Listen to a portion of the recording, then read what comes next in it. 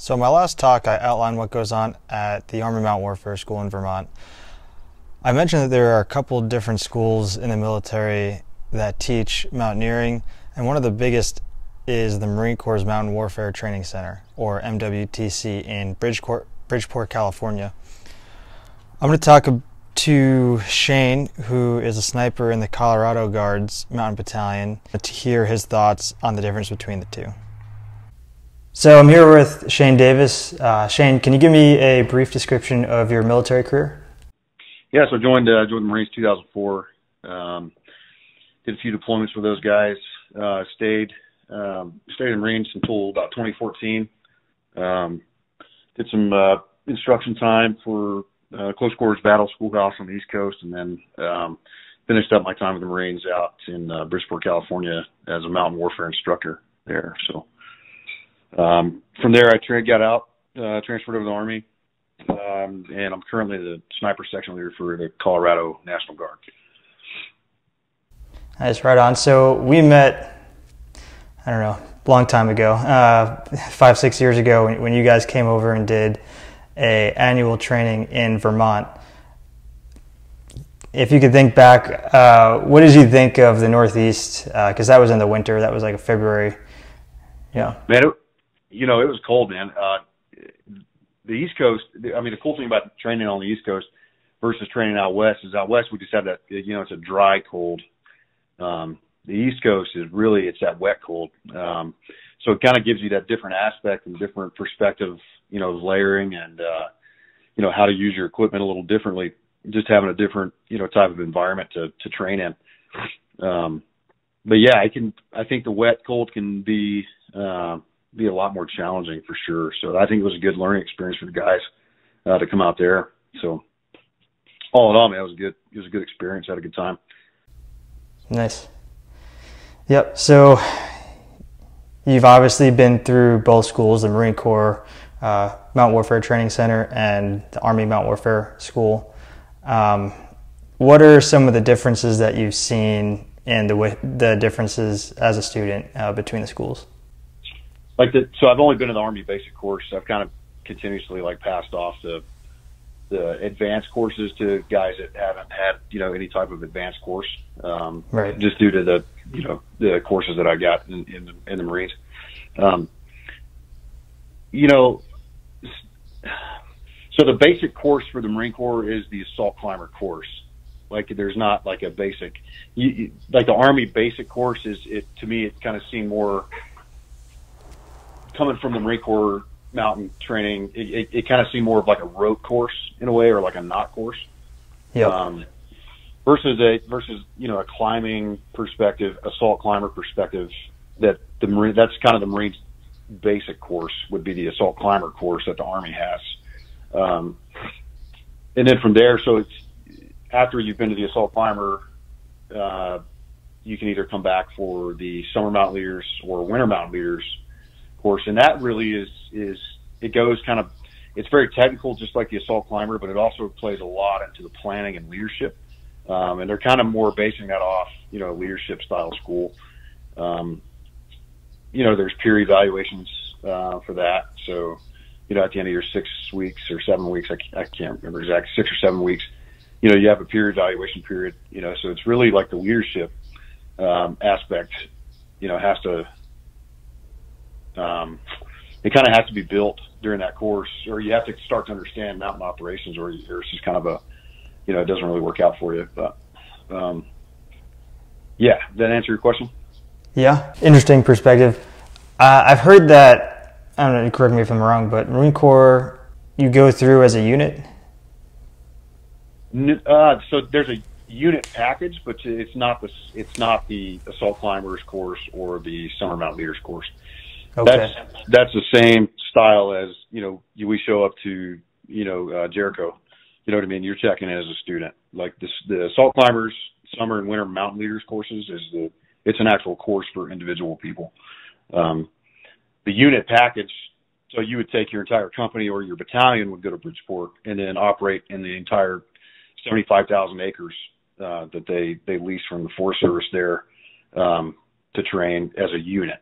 And generally, so what kind of the way that Marine Corps model it was, you would send your guys in advance to summer or winter mount leaders or even assault climbers, say a month prior or a month and a half, 2 months prior to the main body, everybody showing up.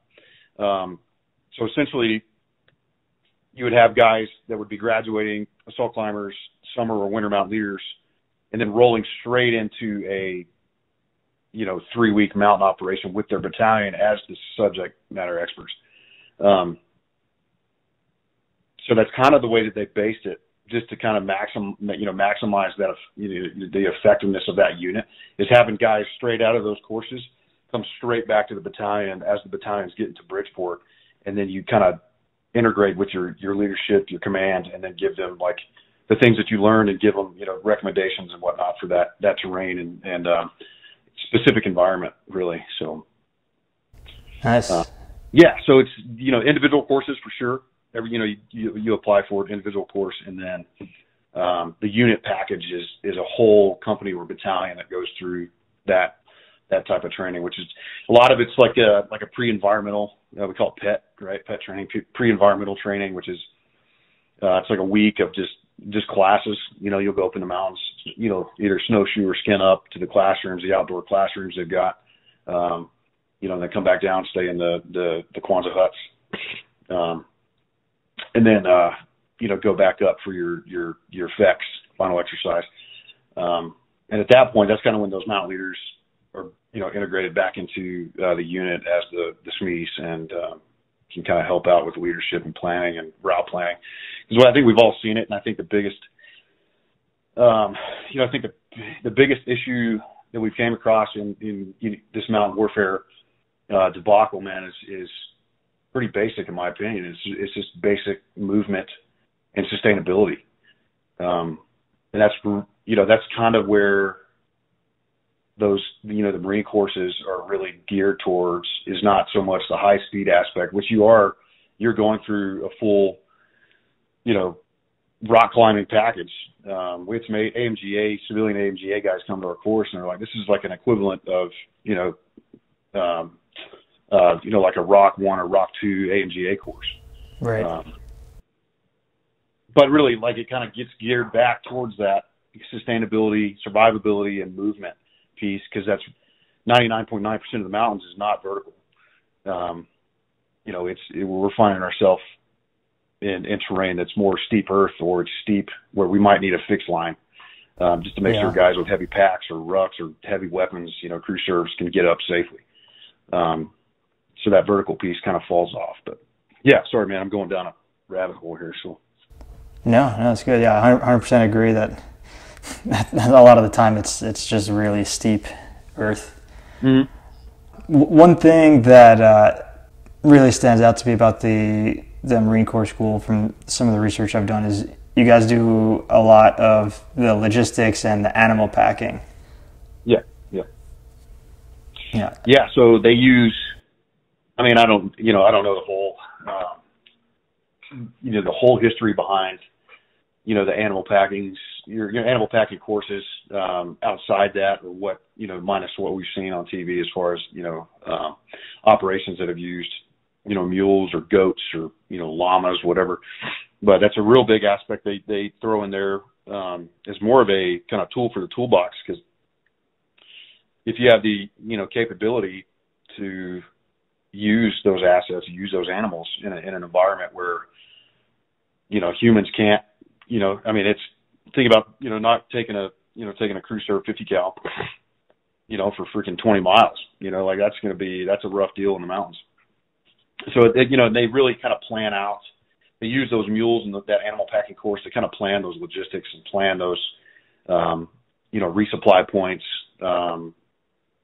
and you just really make the students think about what they're doing and how they're getting, troops resupplied with these animals. It's a dynamic course. They teach you everything as far as animal care, like how do you care for these animals, proper rigging of the animals, of course, what kind of load you can expect them to carry for you. And it's pretty in depth, and it's a great course if you guys ever get a chance out there. I mean, I say any of those courses, if you get a chance to go and jump all over it, it would just be an extra. I mean, you're assault climber qualified, you know, it would just be an extra tool for the toolbox, man, really. So. Yeah, I know one of our comms guys went and did a comms course out there. Yeah, Mountain Comm, yeah, that's a great course. Yeah, man, it's gnarly retrans site. Yeah, man, they do it. That's a cool course too. Yeah. Yeah, so I mean, there's all kinds. There's mountain rifleman, you know, that's you know, you're sitting above 5,000 feet, you know, really shooting down at those steep angles. Mountain sniper course. Yeah, Mountain Comm, mountain medicine. They've got a mountain medicine course. Animal packers, of course, and then all the assault climbers, mountain leaders courses as well. They do a off-road package as well, like for driving, and then a kind of like HATS, like that HATS training center in Colorado for Blackhawks or whatnot. They've got a little airstrip there for helos that can come in from different places around California and Nevada. Yeah, it's kind of. I mean, it's almost set up as like a little fob.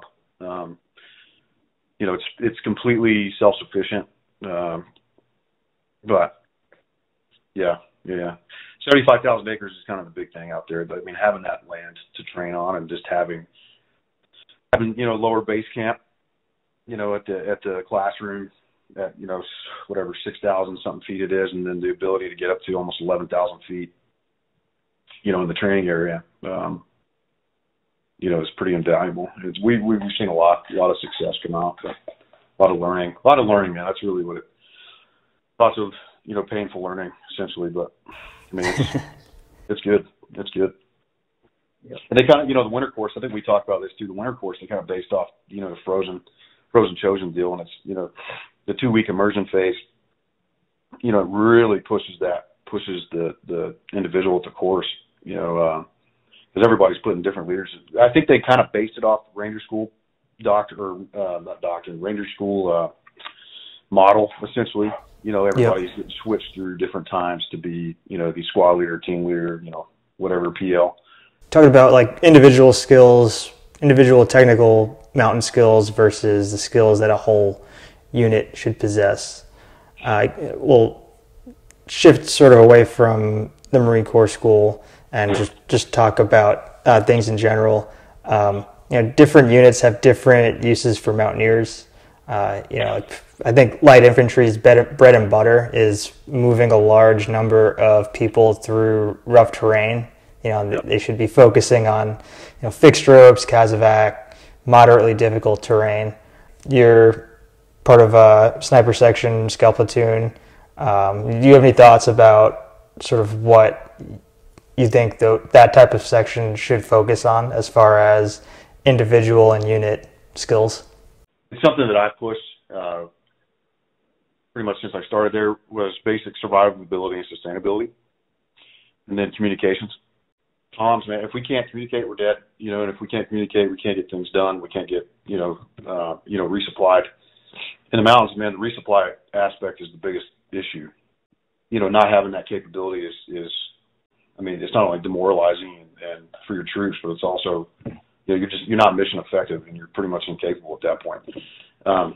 The whole individual piece, mountain troops, man, you know, and I think about this a lot, and I've thought about it for over a decade, you know, and it's like, man, you know, we really talk about, you know, what in your mind, what makes a unit special, you know, and dude, I've said it, and I'll go to the grave with it, man. Like, dude, if you have a mountain unit that's capable of fighting in the mountains, sustaining, you know, and being able to move from point A to point B and go actions on objective, once they get to point B, no matter how far it is, dude, that's a special unit, man. Like, that is a, hands down, a special unit that can fight in the mountains, that can survive and sustain themselves. So the individual piece, man, it really comes down to just, you know, having that little bit of pride in yourself and being able to understand what you need to do in the mountains and what you need, like your gear, you know, what gear do you need, know your body, you know, go out in a safe environment and learn it. But yeah, individual skills is huge for me. You know, big thing, guys coming into the section, I always interview them, you know, like, and, you know, we interview them, we do a nice, just little layout, and kind of the parameters that I give them is, hey, you've got a 5-day, mountain mission, essentially. Bring what you think you need for 5 days in the mountains. And it's interesting, man, because you get a full gambit just of different stuff. Guys will bring, 3 pairs of socks. Some guys will bring 20 pairs of socks, and it's, you kind of get to understand how people think and what their, maybe what their weaknesses are. We'll zoom out a little bit. Right? We just talked about sort of individual and section skills. We're going to imagine for a second that the Army creates a mountain training center, sort of like JRTC in Louisiana, NTC in California. We'll imagine that they create a mountain training center in Colorado.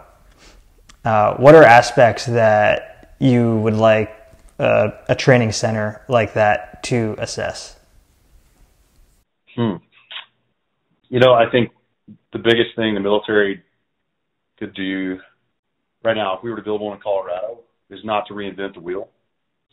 Use the Marine Corps' model, that mountain warfare school and center as kind of a basis. Honestly, I mean, that's the only thing that I really know, man. Like, I don't know. I've been to Sylvania, see how those guys train. But for me, my bread and butter, what I understand and know is that aspect, that really high intensity, man. It's a high intensity school. High intensity schools, lots of, leadership, evaluations, because it's really coming down to your leadership.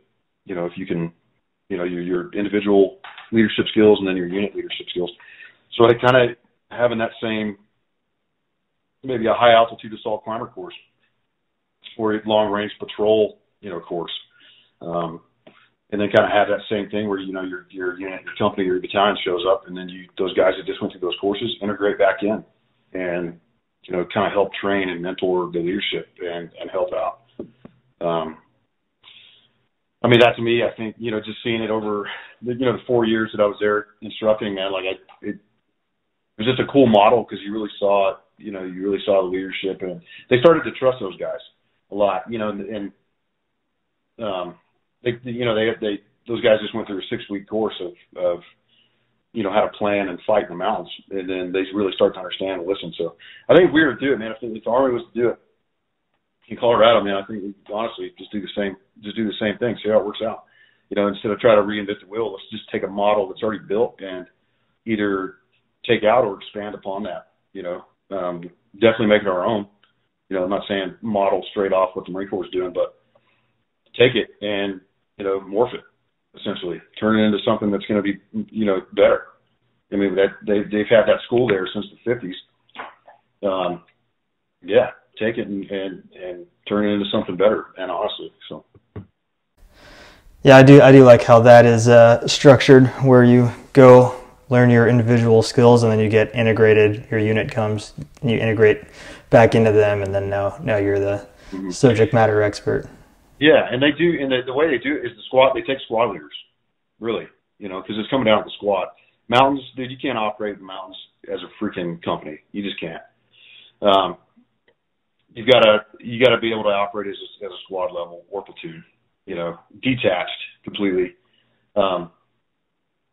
So, taking those squad leaders from those platoons within the company. I mean, each platoon, I believe, would get, so say, 3-5, 3rd Battalion, 5th Marines, they're going to Bridgeport. Each company would send a squad leader, or each company, from each platoon within the company would send a squad leader. So essentially, you got one squad leader per platoon that's going to the Mountain Leader course that's going to be able to come back. So, I mean, you think about that, how many people that you just gained for that unit. You're looking at 8-12 dudes that you just get back as fully trained mountain leaders that can take your company or battalion, and move them through the mountains. So I think it's a great model, and I saw a lot of good success out of that. Yeah, man, that'd be cool. That would be awesome to see that. Yep. And speaking to that, we said that hard to operate as a company. When I was in Colorado at Carson training with you guys, when we were going through different training, we saw that even the 10 of us, it was hard to stay together if, you know, 2 were going up setting a fixed rope, these 2 were, you know, moving a casualty or moving a load or something like that. You do inherently, there is just a little bit more risk because you're a little bit more spread out. You might not be able to, you know, keep eye contact and, you know, visual contact at all times. And so it seems like there's just inherently more risk. Yeah, you know, and you talk about, and it's really, you come down to just operations, man. It's your footprint too. Like if you have a company of dudes running through the mountains, man, the vegetation isn't as thick as Vermont here in the Sierras. So, man, these canyons, dude, if you're in the middle of a canyon with freaking 90 dudes, like you're going to be hearing stuff all night long through that canyon. You know, so if you're a small reconnaissance element that's got, you know, very, you know, small kill team capabilities, you know, it's so easy to pinpoint, you know, a company versus a platoon. Even squads, I mean, you know, I've seen battalions come up there. It started out as operating as a company, and they started off, they got all the way down to squad level, fire team level operations. Because you just start to understand the movement piece is so huge.